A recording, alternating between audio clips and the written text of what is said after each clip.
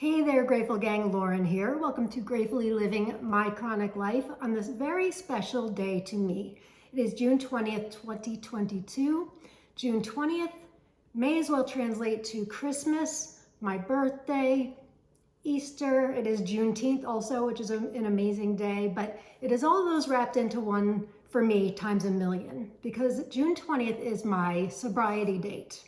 And it is 9 years today. I can still get emotional because I can bring myself back there. It is 9 years ago today that Lauren, what I refer to as Lauren 2.0, was born. It was the worst day of my life, but it was the best day of my life also. And I have shared my story during my live broadcast on Thursday nights called Gratefully Living the Chronic Life, which you can find the playlist here on YouTube.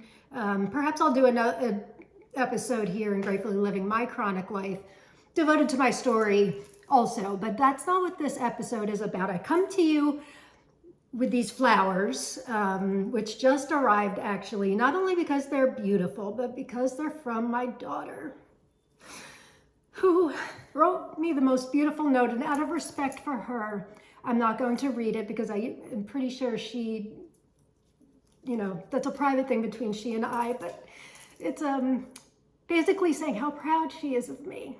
My daughter's 26, Riley, and both of my kids, and my son was home yesterday and gave me some really wonderful, beautiful words also, as did my husband, Rob, my parents, my entire family. But these from my 26-year-old daughter mean everything. This is really what all the hard work has been for, not making up for the past, because I can never take back the past.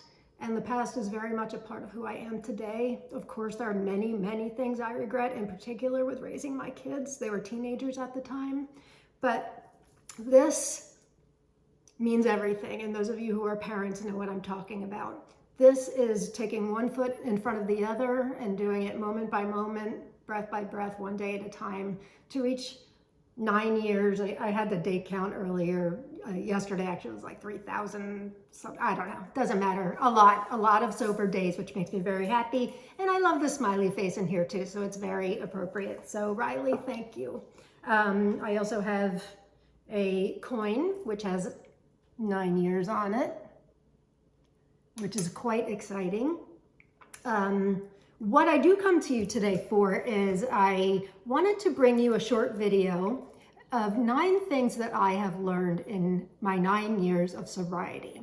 9 of my, I would argue, probably my most important life lessons. And I'm not talking just for people who are in recovery. I'm talking for actually sort of recovery, but recovery from everything, for personal. Okay, lesson number 1, don't sweat the small stuff. And at the risk of sounding like a very popular and famous book, it's all small stuff. Is it all really small stuff? No. But is the majority of it small stuff? Maybe it is. Sometimes we can find ourselves so caught up in our own struggles and pain and suffering, and I would argue that suffering is really something, it's our response to our pain. Suffering is optional, I believe, but struggling is very real and we cannot avoid that. But sometimes the small stuff, if we really sweat the small stuff, it can make our pain worse. And I'm not talking physical pain, although that too. I'm talking our inner turmoil, our inner struggle. When we prioritize the things that are really worth sweating and not worth sweating, things that are within our control and not in our control at all, we can sort of differentiate what's worth putting our time, effort, and energy into. And there's a chapter in my last book, the 52-Week Intention Journal, that talks about the 5 and 5 rule of knowing when to sweat something. Think about, will it be worth, will it matter in 5 years? If the answer is yes, then maybe you can sweat it out a little longer. If the answer is no, give yourself 5 minutes to sweat it out and then move on. So that's number 1, is don't sweat the small stuff. Lesson number 2, do something that feeds your soul. What makes you happy? Is it being creative in some way? Is it reading a book? Is it old movies? Here I come to you from my beloved tomato garden, which I'm referring to all the time because I am quite passionate with my husband about growing heirloom varieties of tomatoes, all kinds of tomatoes. We have 21 plants here in the ground this year, about 15 up in front of the deck, a whole bunch on top of the deck, I think. And then I've got some seedlings growing too, even though it's the end of June, and some things I'm rooting from old plants. Honestly, I think we've got like 70 plants in all, which is, well, I also learned canning last year, and that makes me happy too. Cooking, gardening, do something that feeds your soul. There's a very popular book out called Ikigai. It's a Japanese philosophy, and they claim that the Japanese, in these blue areas where people live a very long life, they claim that the secret to a long lasting life is doing something that feeds your soul, or Ikigai. Don't do stuff that because you feel like you have to. Do something, even if it's something small. Do something that feeds your soul and makes you happy, that sets your soul on fire. That is lesson number 2, and something that I have learned over the past 9 years for sure. Lesson number 3, do service work. When we help others, it helps us to get outside of our own struggles and out of our me attitude. Helping other people feels good. And it doesn't have to be anything huge like working in a soup kitchen, although that would be really nice too. It could be, listening to somebody, giving them your full attention and really listening to them without providing them a solution, holding space for them and listening to them. It could be paying it forward and paying for the meal with the person behind you in line at a restaurant or a takeout counter. It could be leaving change on the washer and dryer at the laundromat for the next person. It doesn't have to be huge, but helping others feeds our soul, like number 2, do something that feeds your soul, and it feels good, and it helps us to release the struggles, our inner struggles, even if it's just briefly. It feels good, it's healthy, it's great for wellness, and that is lesson number 3. Number 4 is connecting with others. This should come as no surprise to those of you who are in my community, Attitude of Gratitude with Chronic Pain on Facebook. I am a big fan of connection and community. I think that while gratitude is my attitude and I'm a gratitude addict, I think it's only part of the perfect recipe. I think connection is the other half. When combined, I believe it's the recipe to a life of joy and purpose while living with our struggles. I think when we connect with others, it reminds us that we're not the only ones who struggle. It reminds us that we are not alone. It gives us a good case of the Me Too's, where we're able to say, I know where you're coming from. I hear you. I understand. When we lose that sense of isolation, those feelings of loneliness and isolation, it really helps us to get out of our struggles, out of our pain. And it's a really important thing. Now, connecting can mean a lot of different things. It can be joining a Facebook group like mine. It could be texting somebody, making a phone call, writing an email, a letter. If it's in person, great, but as we've known from the past 2 years, that's not always possible. Talking to somebody, trying to talk to somebody in some form every day is a sense of connection and will help us to get out of that nobody understands me mentality in our mind. Mindtality, hey, I like that word. So connecting with others is number 4. Lesson number 5. Don't take things personally. This one is difficult, I will admit. It is a very popular book called The 4 Agreements by Don Miguel Ruiz. This is one of his agreements in not taking things personally. And he argues that when others do something against us or say things that are hurtful, it actually has everything to do with that person and nothing to do with us. Now, this one takes practice, much like gratitude, where it gets easier with time. But when we're able to realize that things really have very little to do with us, or the way people treat us has very little to do with us and everything to do with them, it really helps to free ourselves, because we find ourselves in a vicious cycle of trying to please everyone, and that's impossible. We will never please everyone as much as we want to. And believe me, I have tried. It also helps us to realize that everyone struggles and we're not the only people who do. So knowing that and having empathy for that person And I know this can be really difficult when they do things that are really crappy to us.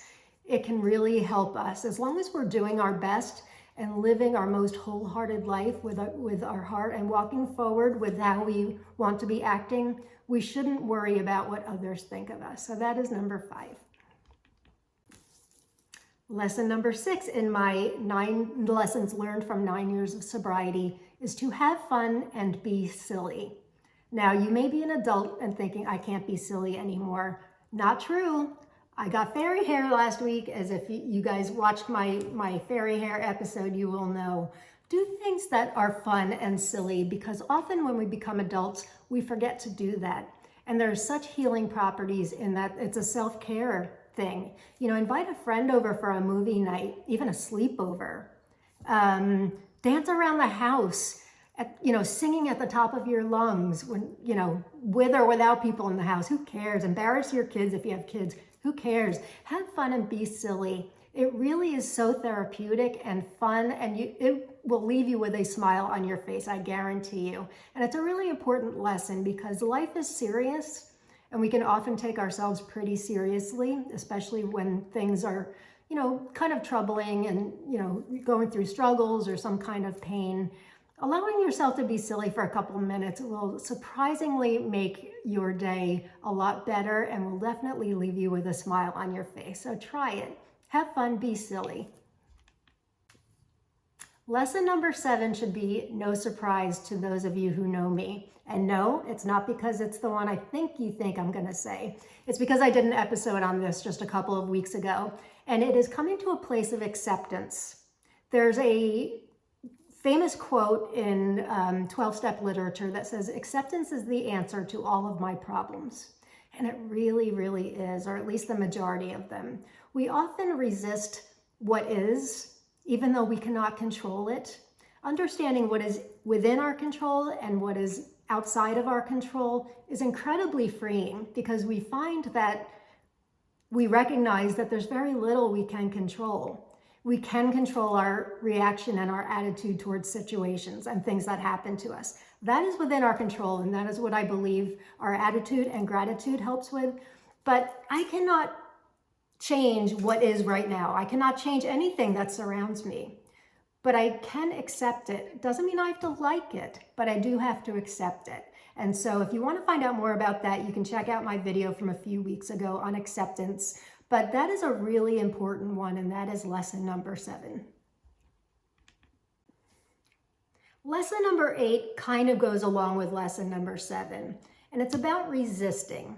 We often refer to ourselves as warriors, and we're going to fight this, and we can be strong and empowered and all of that. But I find that when waves are coming down on me, it's much better if I ride those waves than to allow them to crash on me.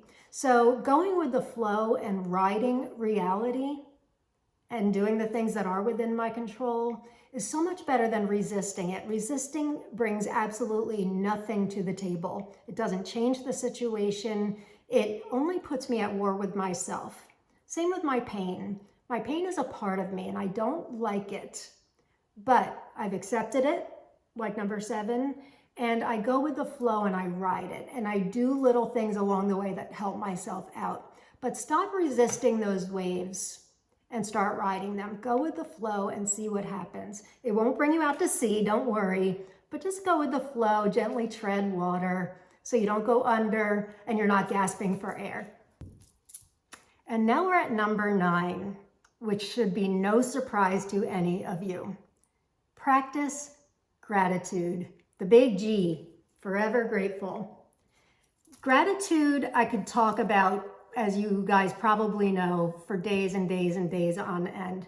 It is not looking on the bright side. It is not ignoring our problems. It is not being a Pollyanna, and it is not just resolving ourselves to things that we don't like. It's a daily practice. It is a regular practice that is scientifically shown to make every aspect of our life better. Now, I'm not saying that if something awful happens to you, you need to immediately say, oh, I'm grateful. That's not healthy. We need to walk through our struggles and heal and deal with them, But we can practice gratitude in order to rewire our brain, because we are wired towards the negative. We just are. It's part of the fight or flight response that every single one of us is born with. It's part of our negativity bias. But we can chip away at that and actually rewire our brains for gratitude. So practicing gratitude can look like many things, and I'll do another episode or maybe 79 other episodes on it. You can keep a gratitude journal. You can find a gratitude buddy and text each other something you're grateful for every day. You can take pictures, photos with your phone of things you're grateful for every day. You can watch a movie that makes you feel really good. For me, that movie is Rudy. I love Rudy. Rudy. I love a good underdog story, because you know what? I'm a good underdog story. And today I celebrate 9 years of sobriety.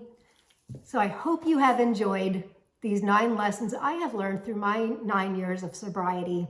You don't need to be in recovery from drugs or alcohol or anything else in order to incorporate these lessons in your life. And tomorrow is 9 years and 1 day, and I can't wait. Thanks, gang. Peace and love, and get your gratitude on.